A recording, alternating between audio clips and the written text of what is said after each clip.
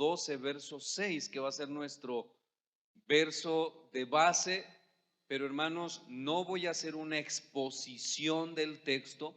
Recuerden que esta serie tiene algunas enseñanzas temáticas, otras expositivas. Y en esta ocasión me tocó también dar esta enseñanza y es temática. No es una predicación expositiva como estamos acostumbrados a hacerlo. Vamos a estar tocando diferentes textos, por eso es una predicación temática. Vamos a leer entonces Hebreos capítulo 12, versículo 6. Dice, porque el Señor al que ama disciplina y azota a todo aquel que recibe por hijo. Oremos. Mi Dios, te damos muchas gracias porque nos has dado el enorme privilegio de presentarnos hoy nuevamente a nuestro culto de adoración, Señor. Lo anhelamos toda la semana. Oramos, Señor, para que tú nos dieras esta nueva gracia, Señor, esta nueva misericordia de venir como iglesia, presentarnos ante ti, Señor, de esta forma especial. Y como dice tu palabra en el Salmo 133, porque es bueno, es agradable, es delicioso habitar los hermanos juntos en armonía. Y es en ese contexto, Señor, del día del Señor, de nuestro culto de adoración, que tú envías bendición y vida eterna. Y ninguno de nosotros queremos perdernos, mi Dios, este día. Estamos anhelando que llegue el día domingo, estamos anhelando escuchar tu palabra, saber qué tienes para nosotros, seguir corrigiendo nuestros corazones, nuestros pensamientos, nuestros deseos, nuestros anhelos. Mi Dios, muchas gracias por traer esta enseñanza a nuestras vidas, la cual vamos a escuchar. Queremos adorarte, exaltarte, no solamente en el momento de la adoración y la alabanza, sino siendo, Señor, intencionales a la hora de la predicación. Queremos poner la atención de vida, Señor, a tu palabra, porque no es la persona aquí, no es el predicador. Es tu palabra lo que es relevante, Señor. Que en eso nuestras mentes y nuestros corazones se unan para poner específicamente atención a lo que tú tienes que decirnos, mi Dios. Pero, Señor, como siempre, en mi debilidad, Señor, en mi incapacidad y en mi impotencia, Señor, de abordar tu palabra y exponerla, Señor, te ruego, te suplico que me ayudes, que tu Espíritu Santo obre en mi vida y en mi corazón. He sido tremendamente confrontado con esto, Señor, por lo cual ruego que obres. Con todo mi corazón te lo pido, que obres en el corazón de cada uno de mis hermanos. Por Jesucristo y en su nombre te lo pido, Señor. Amén. ¿Cuál es el título o el subtítulo de nuestra enseñanza?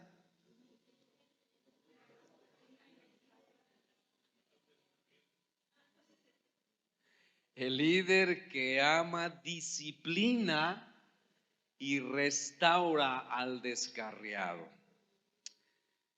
A manera de introducción, hermanos, déjenme decirles que vivimos en una sociedad que ha abandonado los parámetros morales y los principios cristianos a cambio de la convivencia y el pragmatismo.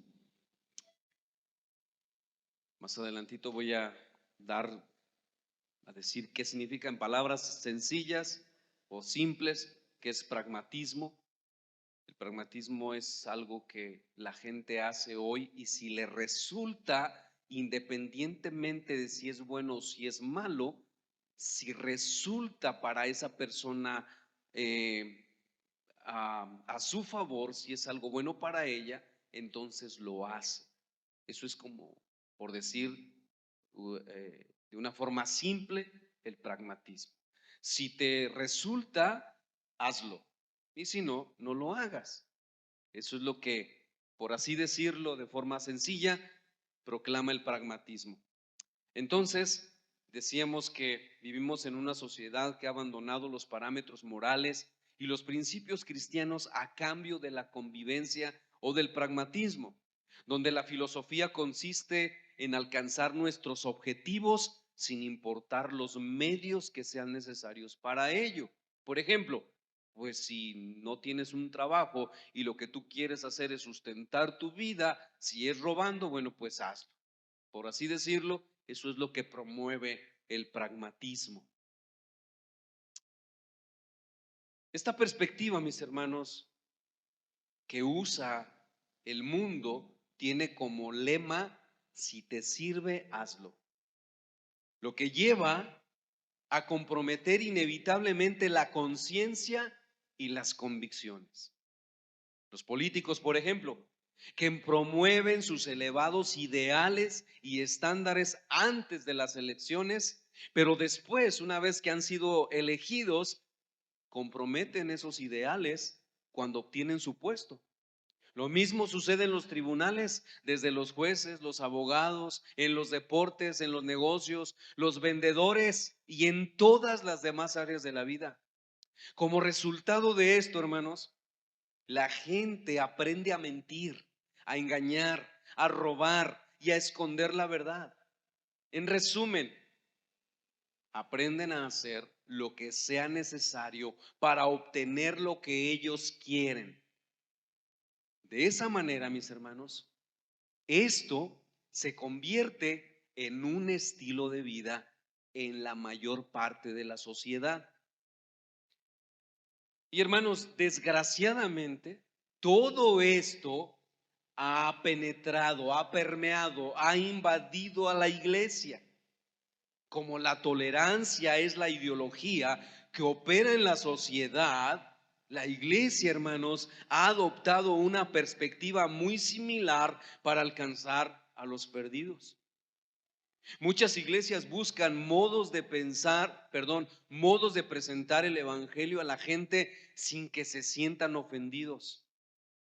Pero quienes hacen esto ignoran voluntariamente, y noten que usé la palabra voluntariamente, porque no es porque lo ignoren en sí, sino que ellos han renunciado voluntariamente a predicar el evangelio verdaderamente. Estos ignoran voluntariamente que la misma naturaleza del evangelio es ofensiva. ¿Por qué? Porque el evangelio confronta a los pecadores con su pecado. Ignorando eso, muchas iglesias comprometen voluntariamente la palabra de Dios, ofreciendo al mundo una versión suavizada del evangelio e incapaz de provocar ningún cambio en los corazones y en las vidas. Y así, de esa manera, hermanos, quiero que me presten su atención. De esa manera, con ese pragmatismo, con esa vida suavizada, porque pues me presentaron a un Dios que me ama, que quiere que yo esté con Él en el cielo, pero no me demanda cambios, no me demanda transformación. Bueno, de esa manera, muchos llegan a nuestra iglesia, hablando de la iglesia universal, llegan a la iglesia o a Cristo, y lo hacen, pero sin un deseo de querer cambiar su antiguo estilo de vida. Y hermanos, esto que acabo de decir, el llegar con ese pragmatismo, con un evangelio suavizado que no me compromete a cambio o es incapaz de transformar mi vida, esta podría ser la razón de por qué muchos que se dicen creyentes no viven de acuerdo a su fe. Porque el evangelio que les ha sido predicado es un evangelio sin la cruz de Cristo. Es un evangelio incapaz de provocar ningún cambio o ninguna transformación en la vida. Pero aunado a esto, hoy, hermanos, padecemos de una terrible falta de disciplina en amor dentro de las iglesias cristianas. Siendo que sin disciplina bíblica, una iglesia no tiene la clase de amor que necesita tener, la clase de amor que requiere, que quiere lo mejor para otros, pero que sobre todo la clase de amor que glorifica a Dios a través de la disciplina. ¿Qué diríamos, hermanos, de aquellos padres que dicen amar a sus hijos, pero no los disciplinan cuando es necesario hacerlo? Que no les enseñan cómo comportarse, que no les enseñan cómo compartir, cómo ayudar, o incluso en las cosas esenciales de la vida como trabajar. Si nunca les corrigieron cuando se portaron mal, ¿qué diríamos de esos padres? ¿Que aman a sus hijos? No, diríamos que no aman a sus hijos, pero incluso diríamos que son ignorantes de cómo amar y de cómo mostrar ese amor hacia sus hijos. Bueno, mis hermanos, así es en la familia espiritual. Dice la Escritura en Primera de Pedro capítulo 5, verso 1 y 2, dice Pedro que los ancianos de la iglesia están para apacentar la grey que está entre vosotros, dice Pedro, cuidando de ella. Esta frase, hermanos, que Pedro usa, apacentar la grey de Dios, cuidando de ella, describe la disciplina. Una iglesia, hermanos, sin disciplina bíblica es una iglesia sin un verdadero amor y por lo tanto es una iglesia que no tiene razón de ser. Ahora bien, hermanos, habiendo dicho esto y sobre todo de cómo, no sé, pero yo vengo del mundo, bueno, no quiero decir que estamos en Marte, ¿verdad? Ni en la Luna. Pero entendemos cuando decimos que venimos del mundo, ¿verdad? ¿Todos entienden esa frase? ¿Sí? Porque van a decir, entonces ¿yo de dónde vengo? Vengo de una vida completamente alejada de Dios y me comporté pues como era natural en mi caída. ¿Sí? Yo creo que la mayoría venimos. La sociedad del mundo me influenció para vivir de cierta manera. Muchos de nosotros vivimos en el mundo como el mundo nos vendía, como el mundo nos enseñó, como nos educó.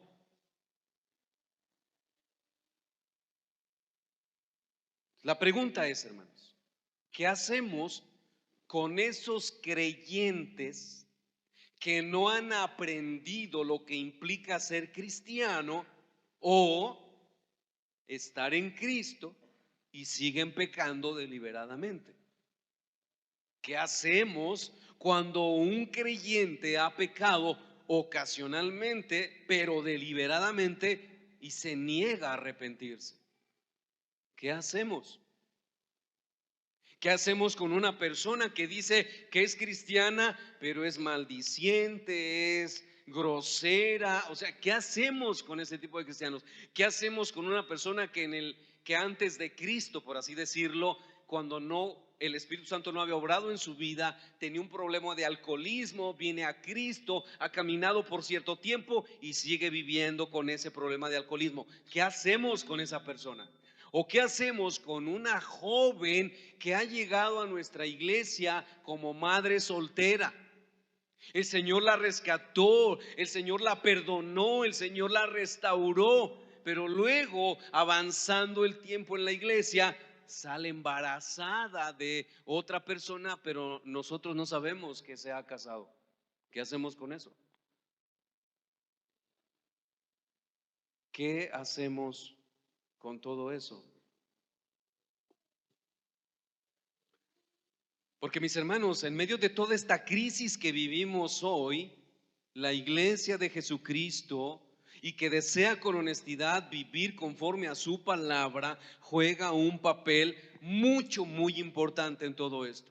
¿Por qué? Porque nuestras normas deben de ser las normas de nuestro Dios. ¿Qué debemos hacer entonces? ¿Dejarlos en su ignorancia? ¿Respetar sus vidas? Porque pues nosotros, dicen algunos, es que Dios nos ha dado libertad. Respetar sus vidas porque cada quien es libre de hacer lo que quiere. Respetar sus decisiones. O debemos decir, como justificando, pues todos pecamos, pastor. Al final, cada uno de nosotros daremos cuenta a Dios de nuestros actos.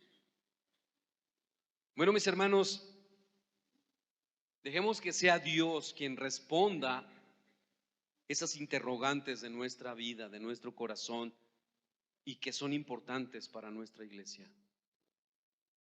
Dejemos que sea Dios quien nos diga qué debemos hacer con aquel o aquellos que están fallando, que están pecando contra Dios y contra su iglesia. Y de esto hablaremos el día de hoy. El líder que ama, disciplina y restaura al descarriado. Y para nuestra enseñanza, y prepárense, y yo de verdad, hermanos, voy a hacer un esfuerzo por terminar a tiempo, pero hoy vamos a ver 6 encabezados. Y ustedes ya me conocen, pero yo voy a hacer todo un esfuerzo. En primer lugar, veremos una aparente contradicción. Nuestro primer encabezado, una aparente contradicción. En segundo lugar, el amor actúa en disciplina. Tercero, el amor actúa para restaurar. Cuarto, la conexión del amor con la disciplina y la restauración. Quinto, la conexión entre el amor y el juzgar a otros. Y sexto y último, la conexión del amor con la tolerancia. Así que veamos en primer lugar. Si no logró poner todos los encabezados, se los paso al final si usted quiere, porque como el tema es muy largo, quisiera que lo fuera anotando, porque vamos a ir mencionando cada encabezado. Veamos pues en primer lugar una aparente contradicción. En la carta de Pablo a los Corintios, hermanos, encontramos una historia de un joven que tenía una relación de incesto con la mujer de su padre. Eso ustedes lo pueden encontrar, ahorita lo vamos a ver en 1 Corintios 5. Lo tremendo de esta situación, hermanos, de ese pecado de inmoralidad en la iglesia de Corinto, es que toda la iglesia lo sabía. Y excepto por algunas cuantas personas, la mayoría de la iglesia era complaciente con respecto a ese asunto de inmoralidad. Mire, vaya conmigo, 1 Corintios capítulo 5, versículos 1 y 2. Dice Pablo: de cierto se oye que hay entre vosotros fornicación. Noten que Pablo está responsabilizando a toda la iglesia. Pablo no le envió una carta privada a ese joven inmoral diciéndole que él estaba pecando. No, Pablo manda una carta a toda la iglesia porque la iglesia es responsable. Y les dice: de cierto se oye que hay entre vosotros fornicación, y tal fornicación cual ni aún se nombra entre los gentiles, tanto que alguno tiene la mujer de su padre. Y ahora noten, a toda la iglesia: y vosotros estáis envanecidos. ¿No deberías más bien haberos lamentado para que fuese quitado de en medio de vosotros el que cometió tal acción? Mis hermanos, la situación de inmoralidad en la iglesia en ese tiempo era tremendamente terrible. Esta clase de relación sexual ilícita ni siquiera era tolerada por la sociedad gentil, es decir, por los que no eran cristianos. Y en vez de avergonzarse por su pecado, la iglesia era arrogante y se sentía orgullosa de ese pecado. Toleraba un grave pecado, siendo, hermanos, que la iglesia es considerada en la palabra de Dios como templo de Dios. Primera de Corintios 3:16 dice: ¿no sabéis que sois templo de Dios y que el Espíritu de Dios mora en vosotros? Vean la terrible contradicción. La iglesia es considerada el templo de Dios y la iglesia en Corinto estaba tolerando un grave pecado de inmoralidad. Afortunadamente, hermanos, el apóstol Pablo no era un líder pasivo o ignorante de lo que bíblicamente debía ser. Y en vez de esperar el apóstol Pablo para ver qué sucedería, él pidió una acción inmediata y ordenó que aquel hombre fuera expulsado de la congregación. Pablo dijo: que se ha quitado de en medio de vosotros el que cometió tal acción. Primera de Corintios 5:2. Que el tal se ha entregado a Satanás para la destrucción de la carne. Es decir, excomúlguenlo, sáquenlo de la comunión de la iglesia, a fin de que el espíritu sea salvo en el día del Señor. Primera de Corintios 5:5. Más bien, dice Pablo, os escribí que no os juntéis. Escuchen esto, queridos hermanos. Os escribí, y a manera de mandamiento, os escribí que no os juntéis con ninguno que, llamándose hermano, fuere fornicario o avaro o idólatra o maldiciente o borracho o ladrón. Y escuchen ahora: con el tal ni aun comáis. 1 Corintios 5:11. Quitad pues a ese perverso de entre vosotros. 1 Corintios 5:13. Y mis hermanos, esto que Pablo ha dicho para muchos es una contradicción. Muchos se cuestionan: ¿cómo puede Pablo demandar semejante disciplina pública y a la vez en la misma carta escribir algunas palabras tan brillantes, o las palabras más brillantes que alguna vez se hayan escrito acerca del amor, en Primera de Corintios 13, diciendo que el amor es paciente y que el amor todo lo soporta? ¿Acaso no dice Pablo más adelante: todas vuestras cosas sean hechas con amor, en 1 Corintios 16:14? Sí. Pero mis hermanos, la respuesta a esa aparente contradicción es que el amor es tanto severo como tierno. El amor cristiano demanda que actuemos, no solo que hablemos. Aunque sea doloroso hacerlo en ocasiones, para salvar a un miembro que ha pecado y salvar a una iglesia entera de la contaminación de ese pecado. Mis hermanos, la Biblia dice: porque el Señor al que ama disciplina, que es nuestro texto base, Hebreos 12:6, y azota a todo aquel que recibe por hijo. En el mensaje del Señor Jesucristo a la iglesia de la Odisea, una iglesia tibia, Jesús les advierte diciendo: yo reprendo y castigo a todos los que amo.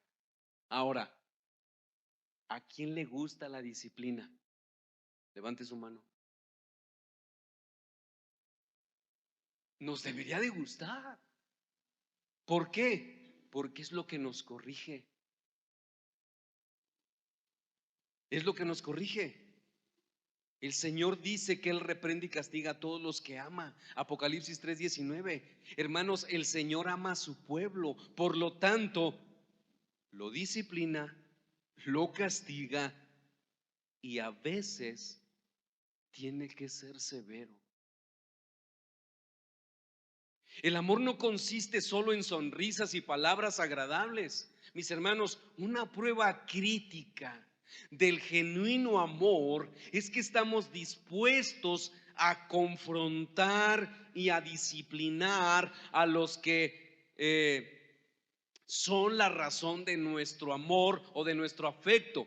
Y mis hermanos, nada es más difícil que disciplinar a un hermano o a una hermana en Cristo que están atrapados en su pecado.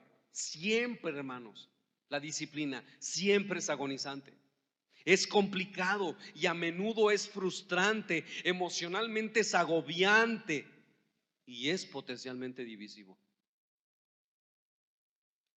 Es por esto, mis hermanos, que la mayoría de los líderes de las iglesias evitan la disciplina a toda costa. ¿Por qué?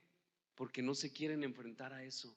De hecho, hermanos, otra de las razones por los que los líderes en las iglesias no disciplinan es porque las personas se van de la iglesia. Pero eso no debería detenernos. Es necesario hacerlo. Por amor a la persona es necesario hacerlo. Cuando una iglesia, mis hermanos, no disciplina o evita a toda costa la disciplina bíblica, eso no solo es falta de amor.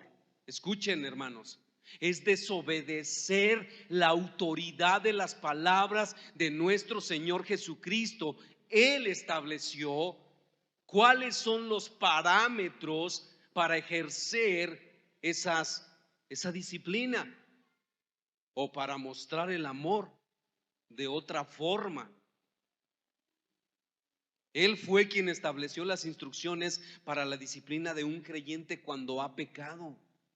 Ustedes pueden leer Mateo capítulo 18. Por eso, hermanos, el líder que ama verdaderamente actúa en disciplina cuando es necesario hacerlo, porque ama a su hermano. Y esto nos lleva a nuestro segundo encabezado. Vimos una aparente contradicción porque Pablo en 1 Corintios 13 habla del amor, de todo lo soporta, todo lo cree, todo espera, todo lo sufre. Pero mis hermanos, eso no elimina la realidad de la disciplina de un cristiano. Así que en segundo lugar, el amor actúa en disciplina. Llama nuestra atención, mis hermanos, que el apóstol Pablo, que hizo las más grandes declaraciones acerca del amor, también escribió mucho acerca de la disciplina en la iglesia. Por ejemplo, la iglesia de Éfeso estaba atravesando una terrible situación con los falsos maestros. Y para proteger a la iglesia, el apóstol Pablo tuvo que confrontar y disciplinar a dos personas, Himeneo y Alejandro, que se habían desviado de la sana doctrina. Y vayan conmigo a 1 Timoteo capítulo 1, verso 18 al 20. Dice: esta comisión te confío, hijo Timoteo, conforme a las profecías que antes se hicieron en cuanto a ti, a fin de que por ellas pelees la buena batalla, guardando la fe y una buena conciencia, que algunos han rechazado y naufragaron en lo que toca a la fe. Estoy leyendo la Biblia de las Américas. Entre los cuales estos hermanos o estas personas naufragaron, rechazaron la fe, la sana doctrina. Entre los cuales, versículo 20, están Himeneo y Alejandro. Y ahora escuchen: a quienes he entregado a Satanás para que aprendan a no blasfemar. Pablo usa la misma frase en 1 Corintios para hablar de entregar a Satanás, hablando de la excomunión, para expulsar a la persona de la comunión de la iglesia. Himeneo y Alejandro, mis hermanos, fueron dos figuras de la iglesia primitiva mencionadas por el apóstol Pablo como ejemplos de cristianos que naufragaron en la fe y enseñaron falsas doctrinas, especialmente negando la resurrección futura, lo que provocó un escándalo en la iglesia. Y Pablo los tiene que expulsar de la iglesia para su disciplina, con la esperanza de que estos hombres aprendieran a no blasfemar y se restauraran, demostrando la seriedad de las falsas enseñanzas y la necesidad de la disciplina eclesiástica para proteger la fe. En otra ocasión, el apóstol Pablo escribe a Tito y a las iglesias en la isla de Creta diciendo: escuchen esto, hermanos: al hombre que cause divisiones después de una y otra amonestación, deséchalo. Tito 3:10. Y a los cristianos en Roma, el apóstol Pablo dice algo muy similar. En Romanos 16, 17 y 18 dice: mas os ruego, hermanos, que os fijéis en los que causan divisiones y tropiezos en contra de la doctrina que vosotros habéis aprendido, y que os apartéis de ellos. Noten a Pablo, hermanos. Noten a Pablo lo que está diciendo. Porque tales personas, escuchen, no sirven a nuestro Señor Jesucristo, sino a sus propios vientres, y con suaves palabras y lisonjas engañan los corazones de los ingenuos. Wow. Apártense de ellos, dijo Pablo. Mis hermanos, esto es chocante en la mente de muchos que dicen ser creyentes. En la carta primero a los Corintios, Pablo les recuerda a los corintios que él les había escrito previamente para que no se asociaran con ningún cristiano inmoral y que no se había arrepentido. Pero ellos lo entendieron mal. Por lo tanto, les tiene que volver a escribir. Y les dice en 1 Corintios 5:11: más bien os escribí que no os juntéis con ninguno que, llamándose hermano, fuere fornicario, avaro o idólatra o maldiciente o borracho o ladrón. Y escuchen ahora: con el tal ni aún comáis. Mis hermanos, el futuro de la iglesia y su testimonio entre la comunidad no creyente giraba sobre esta cuestión práctica. Y Pablo tiene que escribir la mayoría de sus cartas esta situación, enseñándole a la iglesia qué deben hacer. Hermanos, para nosotros una prioridad es que los no creyentes vengan al Señor. Nosotros amamos a las personas y queremos que ellos sean parte de la comunidad cristiana. Pero de la misma forma debería preocuparnos cuando una persona que ha pecado y no se quiere arrepentir debe ser excomulgada, porque está contaminando la iglesia. Mire lo que dice en 2 Tesalonicenses 3:6 y luego el 14 y el 15 dice: pero os ordenamos, hermanos, en el nombre de nuestro Señor Jesucristo, que os apartéis de todo hermano que ande desordenadamente y no según, escuchen hermanos, y no según la enseñanza que recibisteis de nosotros. Si alguno no obedece lo que decimos por medio de esta carta, a ese señaladlo y no os juntéis con él para que se avergüence, mas no lo tengáis por enemigo, sino amonestadle como hermano. Escuchen esto, hermanos. Hoy es muy dado que cuando una persona en una iglesia se siente ofendida, se siente agredida por este tipo de mensajes, porque no quiere dejar de pecar, y dicen: pues me voy de la iglesia. Escúchenme, hermanos, te puedes alejar de la iglesia local, pero escúchame, los ojos de Dios están sobre ti. Tú puedes visitar 50,000 iglesias y decir: yo no me voy a someter a nada, porque tú crees que eres libre de hacer lo que tú quieres. No, mi hermano, no, no, no, no, no, no, no. ¿Qué harías, papá? Vamos a hablar de unos padres conscientes de la integridad y la responsabilidad que tenemos delante de Dios en cuanto a nuestros hijos. ¿Qué padre consciente de la gravedad de la rebeldía de sus hijos le permite a su hijo tener horarios en su casa que sobrepasa? 4 de la mañana, alcoholizado, drogado o pecando, siendo promiscuo en inmoralidad. ¿Qué padre consciente de lo que eso significa permite eso?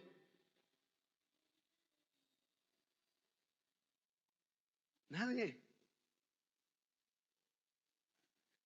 Mis hermanos, hoy cuando la gente se siente lastimada por esto, busca otra iglesia donde le rasquen el oído, como dice la palabra. Pero se olvidan que la palabra de Dios, que Dios mismo está sus ojos sobre él. En 2 Corintios, mis hermanos, Pablo expresa repetidas veces su intenso amor por los creyentes. Y sin embargo, ante el comportamiento pecaminoso de estos creyentes, también tiene que disciplinarlos. Y Pablo dice en 2 Corintios 16, y estando pronto para castigar toda desobediencia, toda desobediencia. Pero mis hermanos, la perspectiva de tener que disciplinar a miembros de la iglesia, al apóstol Pablo lo entristecía. Pablo les advirtió a que se juzgaran y corrijan a sí mismos sus caminos, por lo que les advierte que se arrepientan y corrijan sus caminos antes de que Él venga a visitarlos otra vez y tenga que aplicar la disciplina. Dice en 2 Corintios 13:10, pero os escribo estando ausente para no usar de severidad o disciplina. Mis hermanos, si el apóstol Pablo no amara a sus hermanos, se habría ido tranquilamente y los habría dejado en su propio pecado. En cambio, mis hermanos, el apóstol Pablo los confronta, les advierte, les escribe, los visita. Y escuche esto, hasta se humilla a sí mismo ante ellos. Eso lo pueden ver en 2 Corintios 5:10 o en 2 Corintios 12:21. Y este sí lo leo, que dice que cuando vuelva me humille Dios entre vosotros y quizá tenga que llorar por muchos de los que antes han pecado y no se han arrepentido de la de la inmundicia y la fornicación y la lascivia que han cometido. Mis hermanos, estas obras de Pablo son las obras del genuino amor en el ministerio y el liderazgo cristiano. Pero es importante entender, mis hermanos, que el amor que disciplina no es para destruir a nuestro hermano, sino para restaurarlo. Y esto nos lleva a nuestro tercer encabezado. El amor actúa para restaurar. Mis hermanos, el amor genuino no solo disciplina, sino también sana y restaura. El ejemplo clave del Nuevo Testamento sobre la disciplina exitosa y en la iglesia y la restauración bondadosa la encontramos en la segunda carta a los Corintios, lo cual nos da un destello de lo que es un corazón tierno y cariñoso en uno de los más grandes siervos de Dios. Mis hermanos, la tristeza, la angustia y las lágrimas del apóstol Pablo que él experimentó personalmente como resultado del pecado y la desobediencia de la iglesia, escuchen hermanos, es parte del precio que un líder que ama debe pagar en la obra y de la disciplina y la restauración de un creyente. Vas a llorar por ver a tu hermano pecar. Vas a tener que recibir incluso en ocasiones hasta insultos y te van a decir, deja de meterte en mi vida. Pero eso lo tienes que hacer por amor a Él. Mis hermanos, personalmente creo que una de las razones por las que no disciplinamos a los hermanos o no nos acercamos a exhortarles es porque ni nosotros mismos estamos convencidos de que el pecado mata, de que es horrible, de que ofende a Dios. Por eso somos tan permisivos, no solamente en la vida de los que pecan en nuestras propias vidas.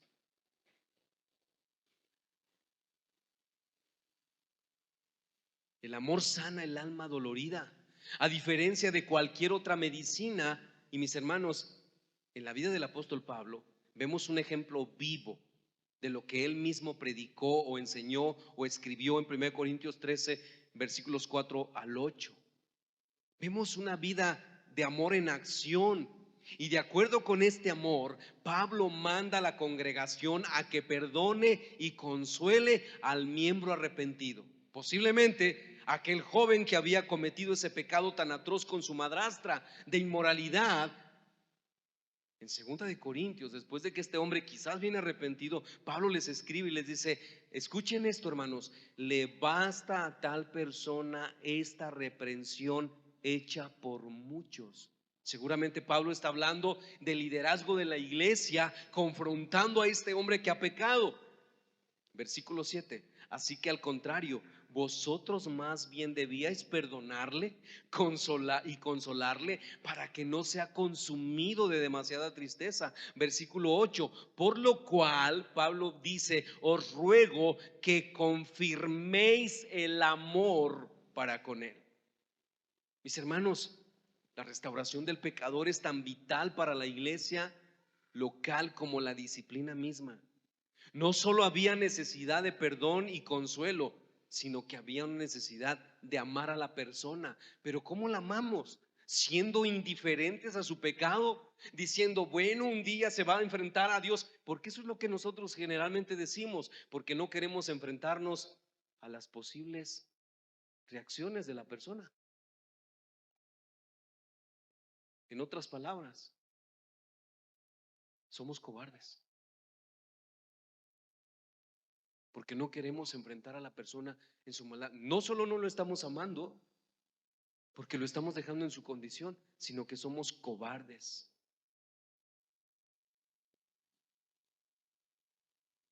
Por esto Pablo escribe compasivamente: para lo cual os ruego que confirméis el amor para con él.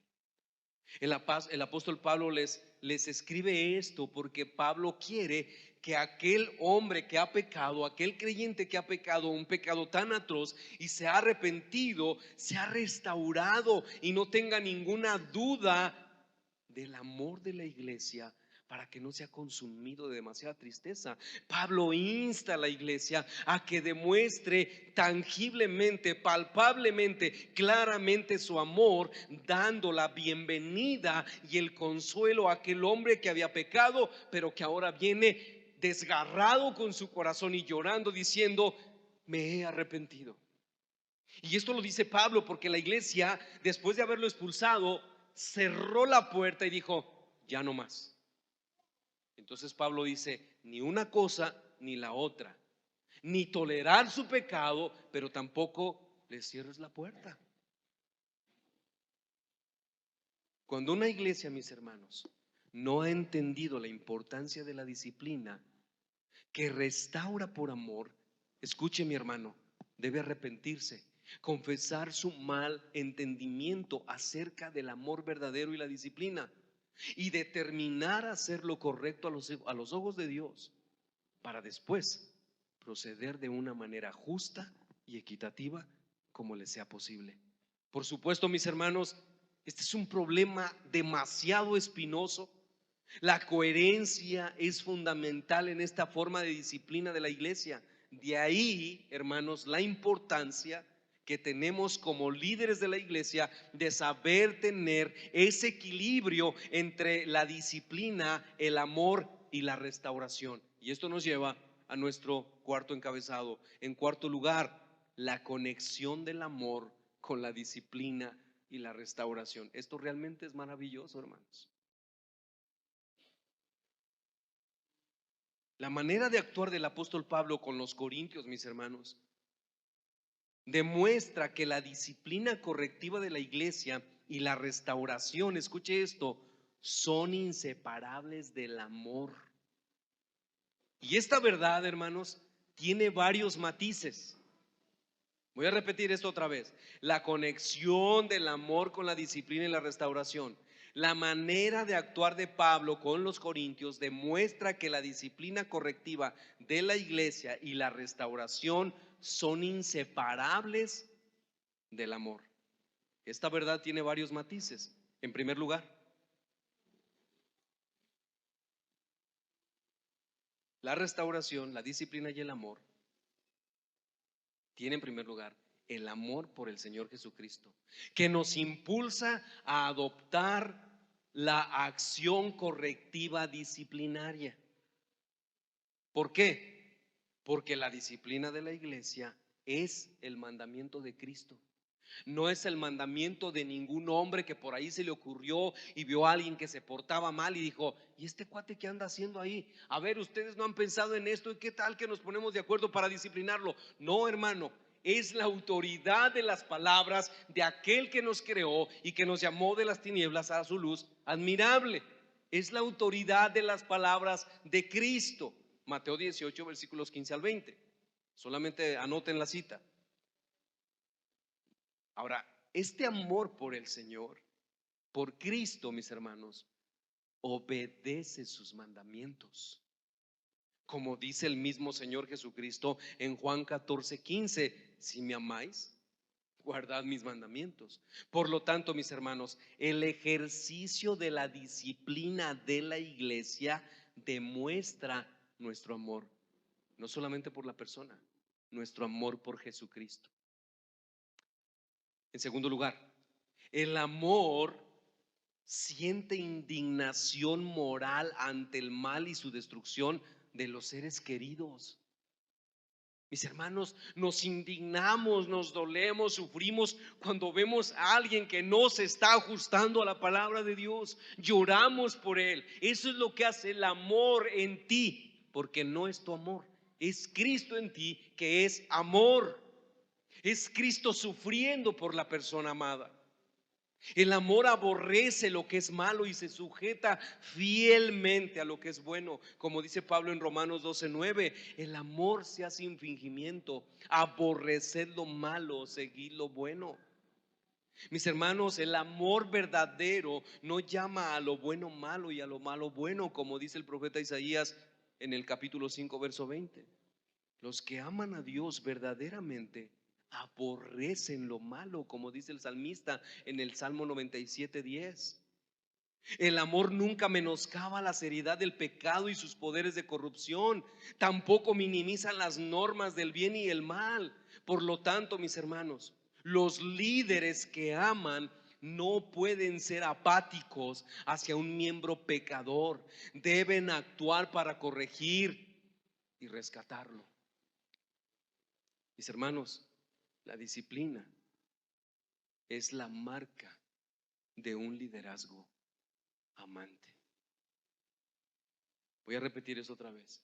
La disciplina de la iglesia o en la iglesia es la marca de un liderazgo que ama. El pecado siempre debe tratarse, mis hermanos, ya sea personal o corporativamente, de acuerdo a la circunstancia. ¿Por qué? Porque la naturaleza del pecado es destruir. Pablo lo dijo en Romanos 6:23, porque la paga del pecado es muerte. Por lo tanto, mi hermano, por el bien de toda iglesia local, así como también por el bien de aquel que ha pecado, Dios requiere disciplina correctiva. Dios requiere que se discipline a la persona. Y si por ahí quedan algunas lagunas mentales para nosotros, vuelva a escuchar la enseñanza. En tercer lugar,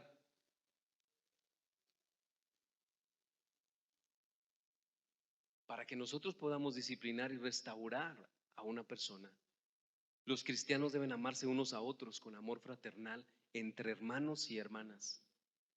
Mis hermanos, ¿qué clase de amor fraternal entre hermanos o hermanas simplemente permite que un miembro de su familia caiga en pecado y se mantiene indiferente?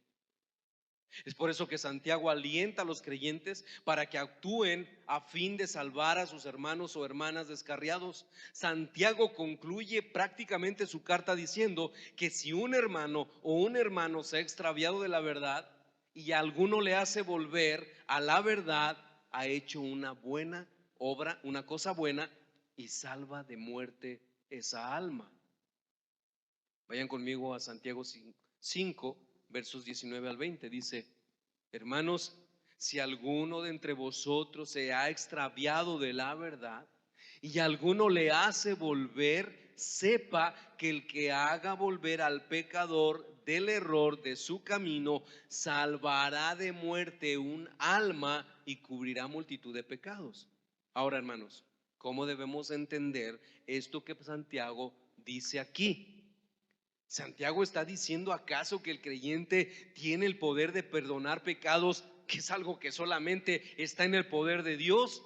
No, Santiago no está diciendo eso. Lo que Santiago está diciendo es que al restaurar a la persona que ha pecado, se evitan muchos pecados futuros que esa persona podría cometer al seguir desviada en su pecado, en su maldad, pero también demuestra el amor que perdona y restaura, como Dios hace con nosotros.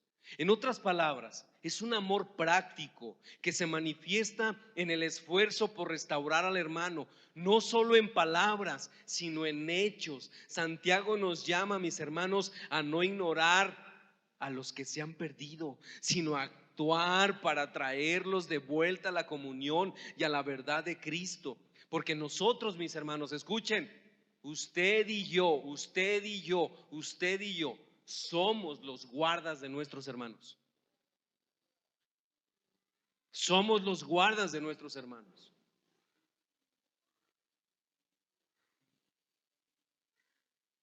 Por lo tanto, tomar la iniciativa para disciplinar y restaurar a un hermano que ha pecado o ha caído o se ha desviado es un acto abnegado del verdadero amor fraternal. Cuarto, restaurar, disciplinar a una persona, mis hermanos, en amor, es que en ese amor, el amor promueve las actitudes correctas para ejercer la disciplina y la restauración en la iglesia. El amor actúa, escuche, con paciencia, con bondad. El amor es compasivo.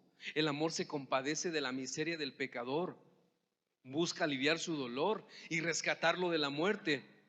Por eso, mis hermanos, qué importante es conocer cuánto hemos crecido en amor en todo este asunto. Porque desgraciadamente, muchas veces cuando un hermano ha pecado, no practicamos ni el amor, ni la disciplina, ni la restauración. Pero ¿qué cree que sí practicamos? ¿Qué cree que sí practicamos? El juicio. Somos duros con aquel que ha caído. Es decir, hacemos exactamente lo que el Señor nos prohíbe hacer. Y esto nos lleva a nuestro quinto encabezado. En quinto lugar, la conexión entre el amor y el juzgar a otros. Mis hermanos, en el Sermón del Monte, el Señor Jesucristo dijo: no juzguéis para que no seáis juzgados. Mateo capítulo 7. Estas palabras de Cristo, mis hermanos, se han vuelto un dicho común en la actualidad. De hecho, es un cliché para muchos. Pero no solamente entre los cristianos, sino aún entre las personas que jamás, escuche, que jamás han leído la palabra de Dios.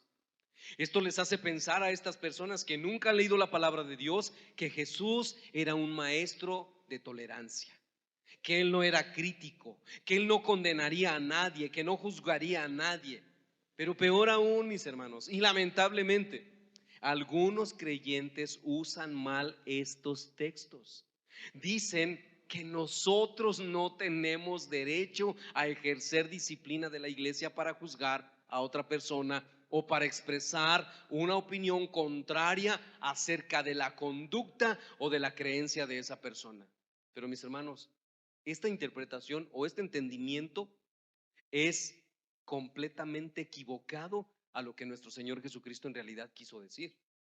Jesús no estaba prohibiendo todo juicio. Eso sería absurdo, mis hermanos. Hacerlo de esa manera sería ir en contra de sí mismo el Señor. ¿Por qué? Porque ninguno contradijo a los fariseos y a los escribas más que el Señor Jesucristo. Es en este mismo capítulo 7 que el Señor les dice a sus discípulos que juzguen si un maestro es un buen maestro, genuino, de la verdad, o solo es un lobo vestido de oveja. Juzguen, dijo el Señor. Mateo capítulo 7, versículo 15 al 20. Vaya conmigo. Dice: guardaos de los falsos profetas, que vienen a vosotros con vestidos de ovejas, pero por dentro son lobos rapaces.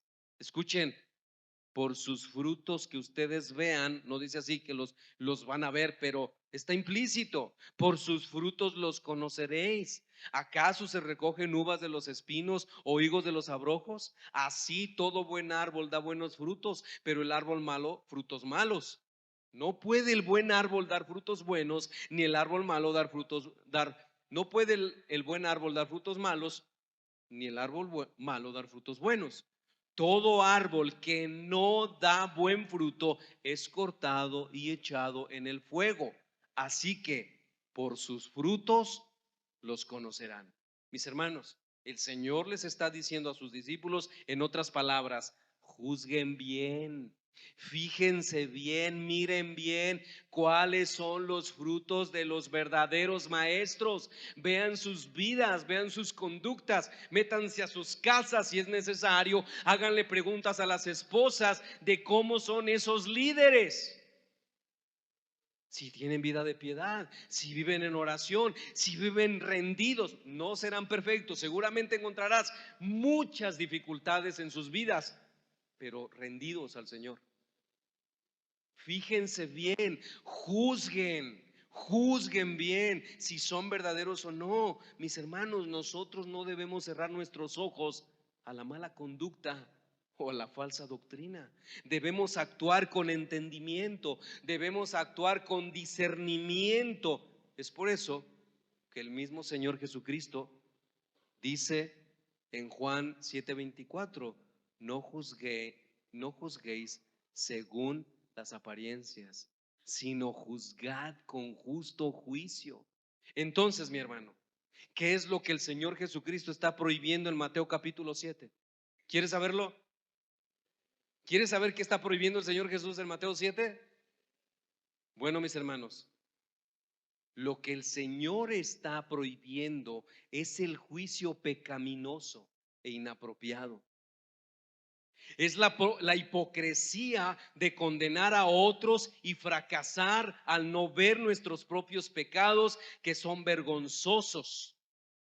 Jesús prohíbe el orgullo farisaico, la crítica farisaica, un espíritu de hipocresía, una actitud severa contra aquel que ha pecado. Mis hermanos, los fariseos y escribas tenían la costumbre de actuar como si ellos mismos fueran Dios. Eran implacables, eran crueles en sus juicios y no juzgaban sus propios corazones pecaminosos. Por eso, en Mateo 7, el Señor sigue diciendo que como nosotros juzguemos a otros, suponiendo que tengamos que hacerlo, determinará, así como tú juzgas, eso determinará cómo nosotros a su vez seremos juzgados por otros, pero escuchen, especialmente por el Señor.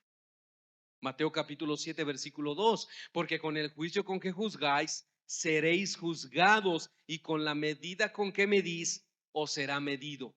En otras palabras, aquellos que juzgan a otros sin misericordia recibirán el mismo trato, pero los que juzgan con humildad, los que juzgan con bondad, los que juzgan con gracia, recibirán lo mismo. Pero hermanos, el Señor no para ahí. Ante la actitud juiciosa de lo hipócrita de los escribas y fariseos, el Señor sigue diciendo, versículo 3 de Mateo 7, ¿y por qué miras la paja que está en el ojo de tu hermano y no echas de ver la viga que está en tu propio ojo? ¿O cómo dirías a tu hermano, déjame sacar la paja de tu ojo y he aquí la viga en el ojo tuyo? Ahora escuchen la sentencia, hipócrita, saca primero la viga de tu propio ojo y entonces verás bien para sacar la paja del ojo de tu hermano.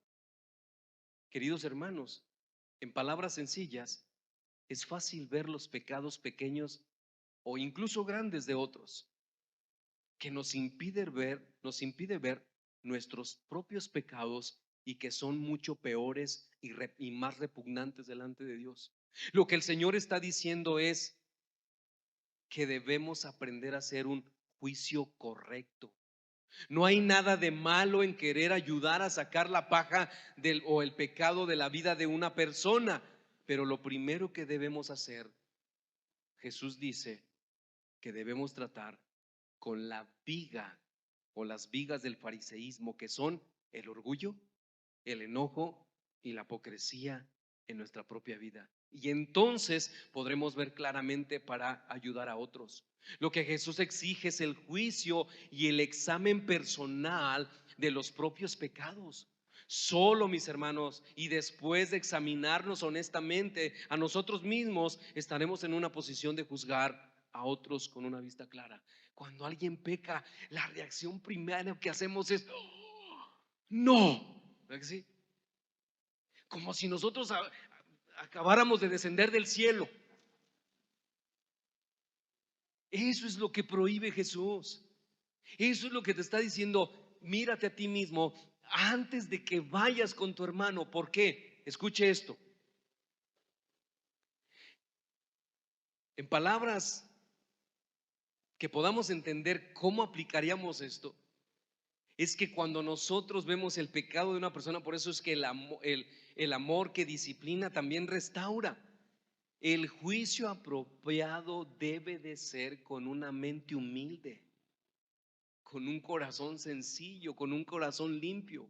¿Para qué? Pues para que en la disciplina y la restauración, escuche esto, el amor predomine la conducta y las acciones de aquel que va a ayudar a su hermano que ha pecado. Mis hermanos, esta enseñanza tiene la intención de proteger a la iglesia porque requiere que hagamos los juicios morales y espirituales apropiados acerca de la doctrina y por supuesto la conducta, porque si tiene una mala doctrina, por supuesto que tiene una mala conducta. Cristo, mis hermanos, requiere que la iglesia local juzgue la conducta inmoral, que era uno de los problemas de la iglesia de Corinto.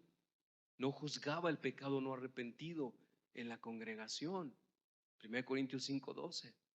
Por lo tanto, juzgar la conducta pecaminosa de los creyentes o juzgar la falsa doctrina, mis hermanos, es el mandamiento de Cristo y los apóstoles. Pero ese juicio no debe de hacerse con una condenación farisaica, sino con humildad de mente, con mansedumbre de espíritu, con un corazón limpio y por supuesto y por sobre todas las cosas, con temor de Dios. ¿Para qué? Para de esa manera ser sabios y no estar caminando por una senda donde estemos tolerando conductas que ofenden a Dios y destruyen a la iglesia. Y esto nos lleva a nuestro sexto y último encabezado. En sexto lugar, la conexión del amor con la tolerancia.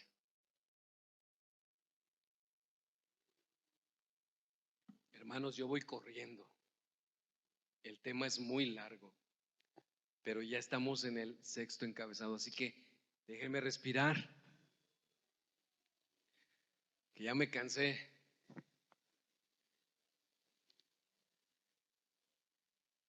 La instrucción del apóstol Pablo a la iglesia de Corinto de juzgar y despedir a uno de sus miembros por un pecado de inmoralidad sexual, les parece a las personas contemporáneas y que son de mente secular que es insensible a las necesidades físicas y emocionales de esa pareja, la madrastra y el hijastro. Esa mente secular, es decir, que es mundana, no es espiritual. Cuando escuche la palabra secular, está hablando de todo lo que es mundanal, no tiene que ver con lo espiritual o lo religioso, por así decirlo. Es una mente secular, completamente mundana. Esas mentes dicen que lo que Pablo está haciendo es crítico de otro estilo de vida, pero que además es divisivo, que no es nada afectuoso o que es intolerante. Claro, hermanos, entendemos esa forma de pensar por el hecho de que las personas de mente secular o mundana, que no es espiritual, rechazan, escuchen hermanos, los absolutos morales de Dios conforme se revelan en la Escritura. ¿Por qué? Porque están comprometidos a la filosofía del relativismo moral, que ve todas las afirmaciones religiosas o todas las conductas como igualmente válidas y todas las afirmaciones y valores de la verdad como creadas culturalmente. En otras palabras, si para Guanajuato la promiscuidad es un pecado, para Irapuato puede ser que no. Eso promueve el relativismo.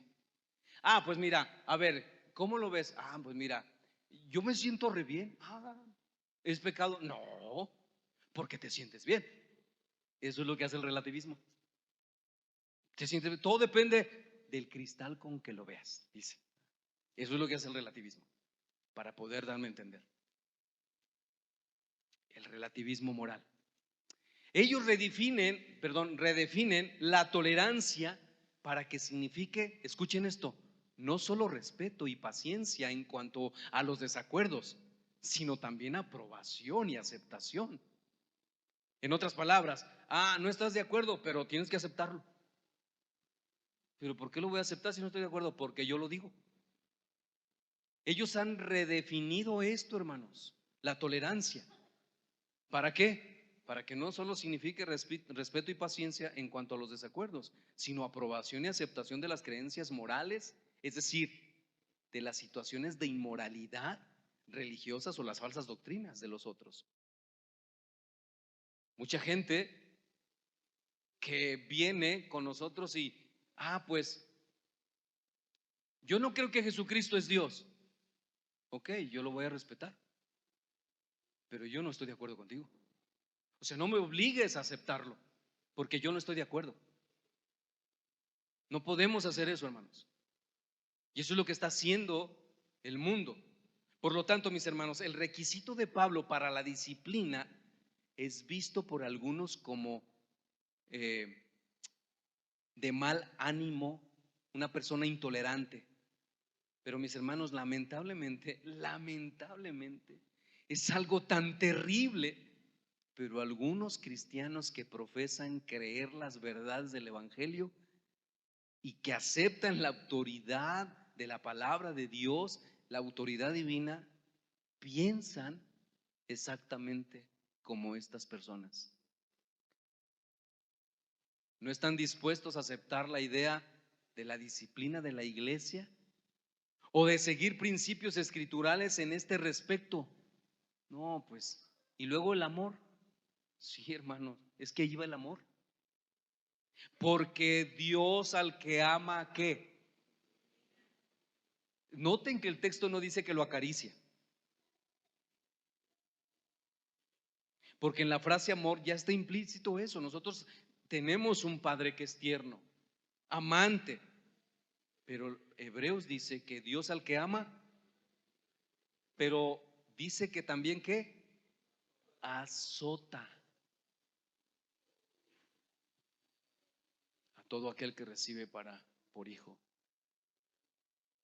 Mis hermanos, para los cristianos, escuche esto, para los cristianos que viven en un mar de secularismo, es decir, en el mundo relativista, que desprecia a Dios y deplora la Escritura la única esperanza para entender la genuina tolerancia y el amor como Dios lo define en estos términos verdaderos y correctos, es mediante la renovación de la mente, saturándola con la palabra de Dios. No tenemos otra opción. Hermano, usted puede googlear si usted quiere, o ahora lo que está de moda, ¿verdad? La IA y eso.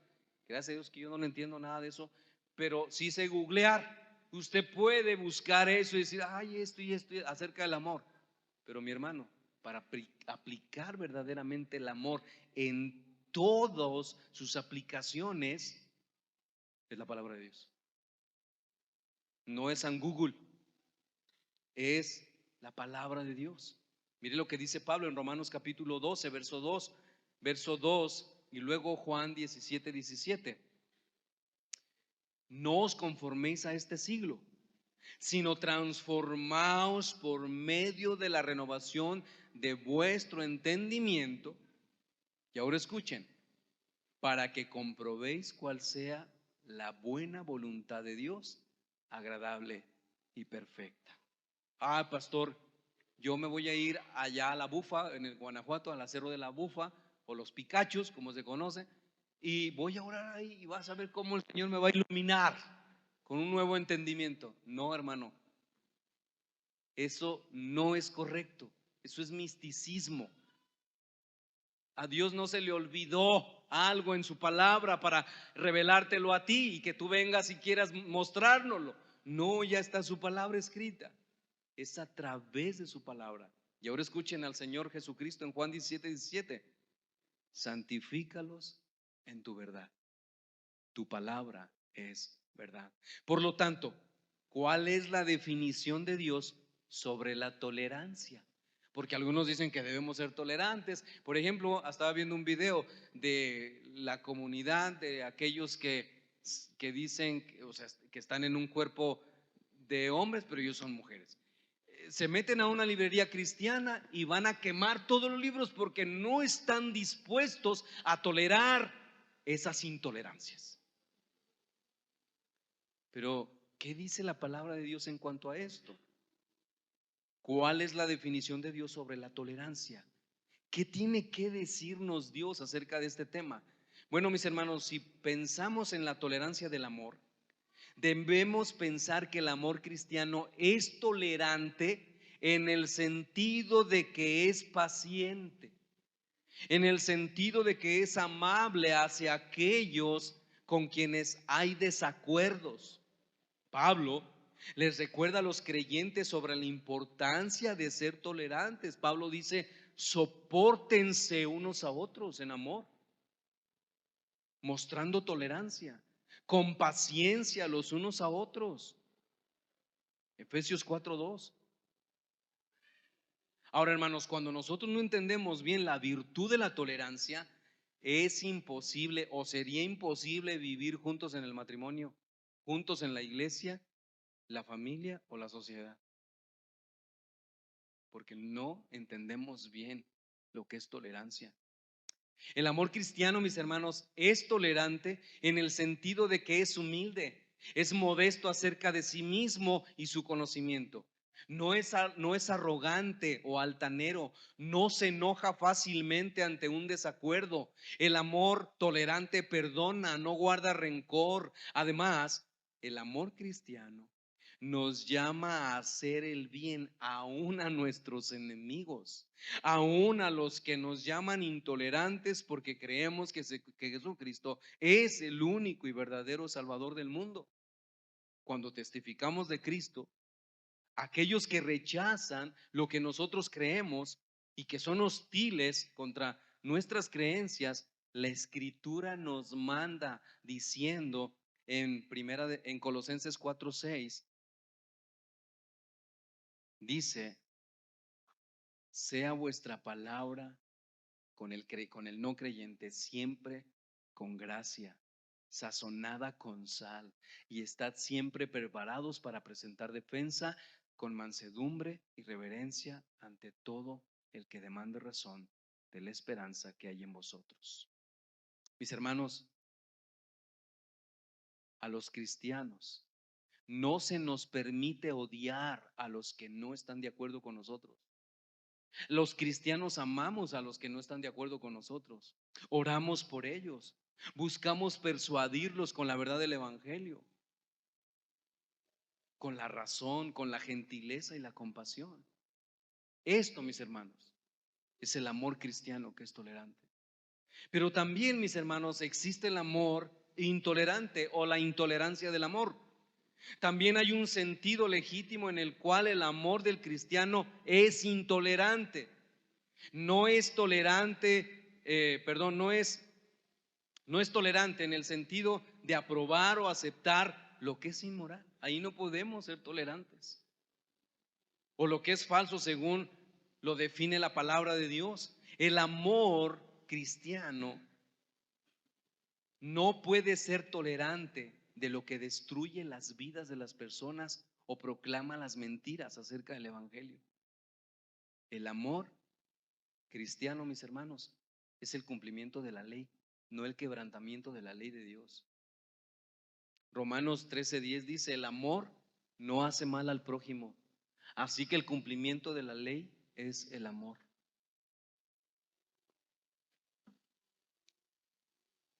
El hecho es, mis hermanos, es que nadie es tolerante en todas las cosas. La tolerancia en sí misma es una palabra neutral. Es en lo que uno es tolerante que le hace buena o mala la tolerancia. Aún los que claman más fuerte por la tolerancia afirman tener cero tolerancia por el abuso sexual de los niños, la violación y la discriminación racial. A pesar de la aseveración de las personas que son relativas morales, ellos efectivamente tienen absolutos morales y están preparados para luchar por ellos o por sus ideales.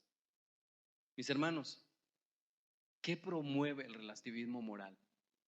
El relativismo moral sostiene que las verdades morales son relativas a un contexto cultural, social o individual, no universales. Solo por mencionar algo, porque hay mucho que decir en esto, pero por ejemplo en el matrimonio, la poligamia es legal y aceptada en algunas sociedades, mientras que en otras es un delito. Eso es relativo,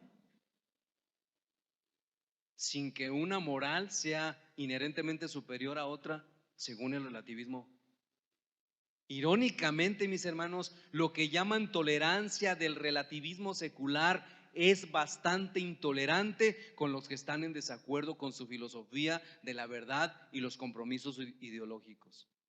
En realidad, mis hermanos, la palabra tolerancia la están usando como un garrote para intimidar, imaginar a las personas que no se arrodillan ante el Dios con D minúscula del relativismo moral y religioso.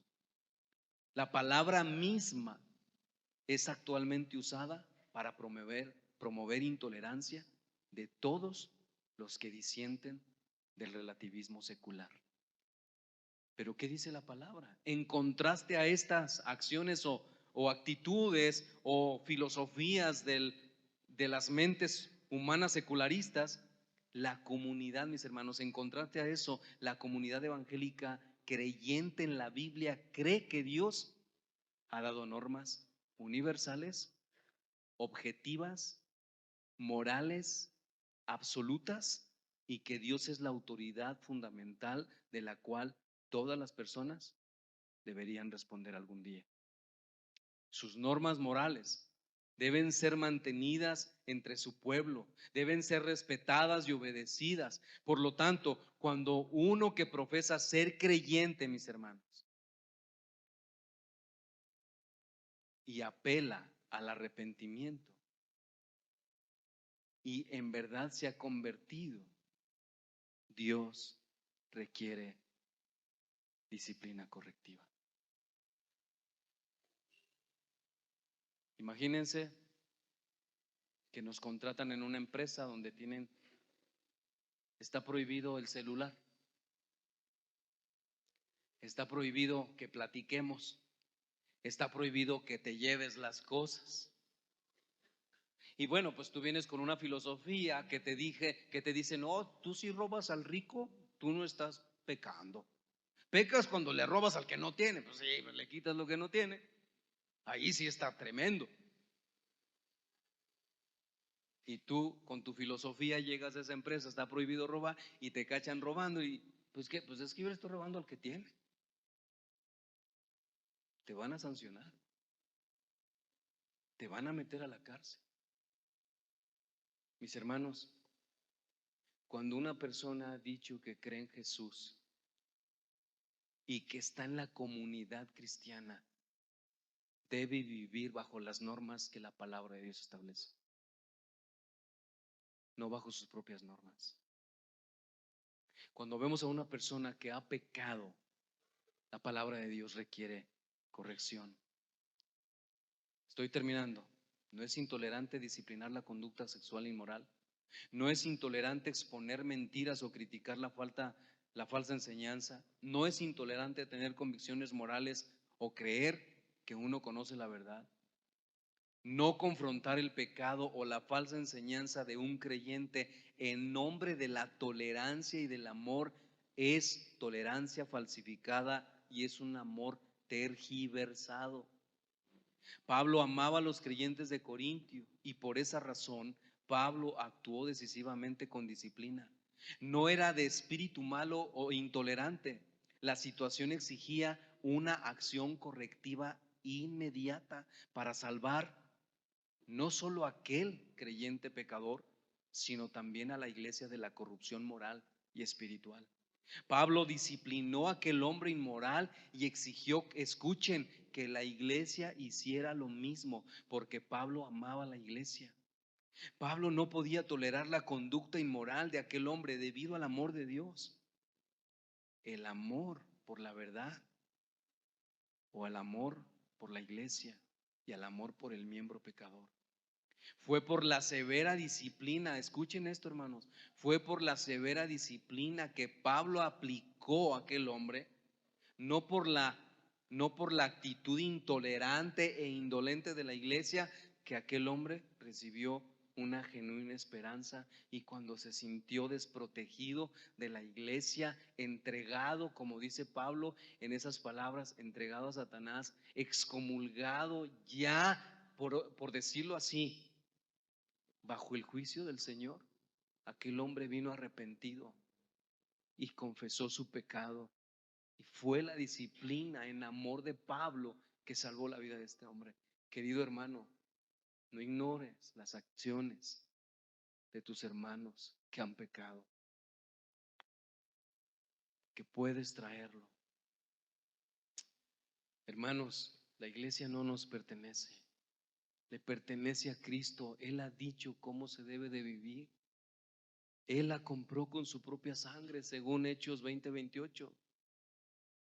No estamos en oposición, no debemos estar en oposición de cambiar su voluntad escrita en referencia a la disciplina de la iglesia.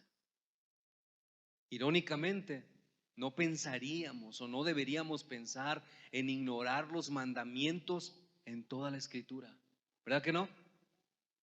¿Verdad que no queremos violar el mandamiento de no matarás? Ay, ¿cómo crees, pastor? Pero sí violamos el mandamiento de disciplina a tu hermano. Ámalo, ora por él, habla con él, exhórtalo. O sea que los mandamientos de Dios tienen ciertas estaturas que podemos violar, los más grandes y los más pequeños. Los más grandes no, pero los más pequeños sí. No, hermano, ni siquiera pensaríamos en eso. Pero lamentablemente, cuando se habla de disciplina, cuando vemos el mandamiento de la disciplina en la iglesia, o incluso, hermanos, el retirar a un miembro de la comunión, a esa persona que requiere arrepentirse, que necesita ser tratado por Dios a través de la disciplina, mis hermanos, y que claramente se expresa en su palabra, ha sido violado una y otra vez. Yo no sé si usted esté de acuerdo con esto, pero nosotros somos una familia, la Biblia lo dice, compuesta de familias. ¿Usted es cristiano? ¿Usted es cristiano? Usted está en el pueblo de Dios, no en el pueblo de Carlos, ni en el pueblo de Rogelio, ni en el pueblo de Gabriel. Está en el pueblo de Dios, hablando de esta iglesia local. Es el pueblo de Dios y Él ha establecido normas. Así como ustedes como papás responsables establecen normas en sus hogares que se tienen que respetar y se tienen que cumplir, así nuestro Dios. Y mis hermanos, de verdad, que Dios nos ayude en todo esto. Y yo confieso que una de las cosas que más me cuesta es eso, hermanos. Pero con esto procuraré ser fiel a su palabra. Y mis hermanos, no solo ustedes están sujetos a la disciplina, también nosotros, los pastores y predicadores. Esto es para todos, porque nosotros también somos ovejas. Nosotros no somos el gobierno absoluto de la iglesia. El gobierno absoluto de la iglesia es Cristo. ¿Qué vamos a hacer, hermanos, con todo lo que Dios nos ha hablado en cuanto a esto? ¿Tienes un plan, una meta este año? Quizás quieres ser más rico y bueno, pues está bien. Eso no está mal cuando en verdad has puesto a Jesús en tu vida como tu único y suficiente Rey y Salvador y quieres parecerte a Él en todo. Si Dios te permite ser rico, pues gloria a Dios. Dios no está peleado con eso. Con lo que está peleado es con la codicia en nuestro corazón. Pero si no es vivir más como Cristo, entonces haz un alto en tu vida y crece más para Él, para su gloria. Oremos, Padre, te damos gracias por tu palabra.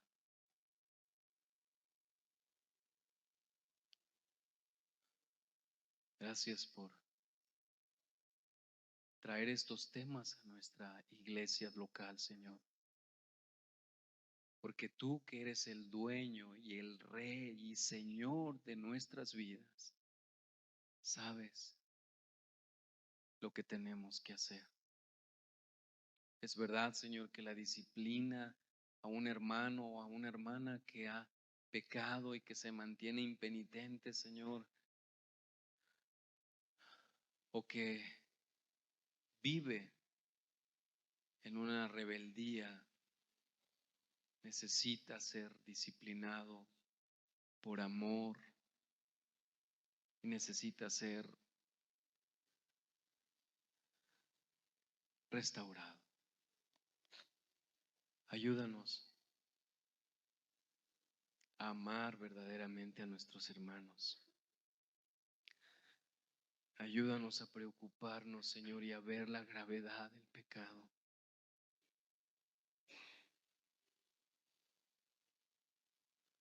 Yo sé que muchos en los corazones y en sus mentes tienen que somos cristianos,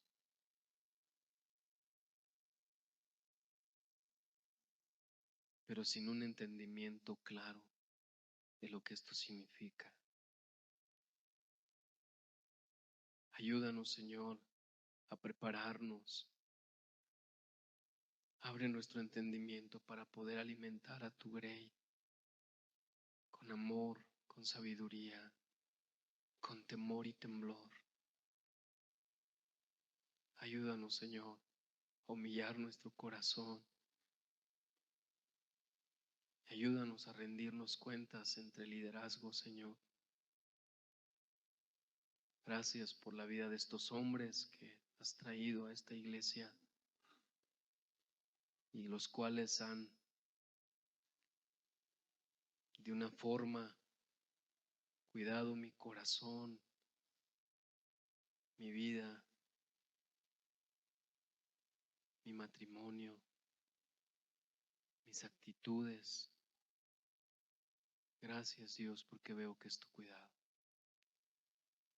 Ruego por esta iglesia local.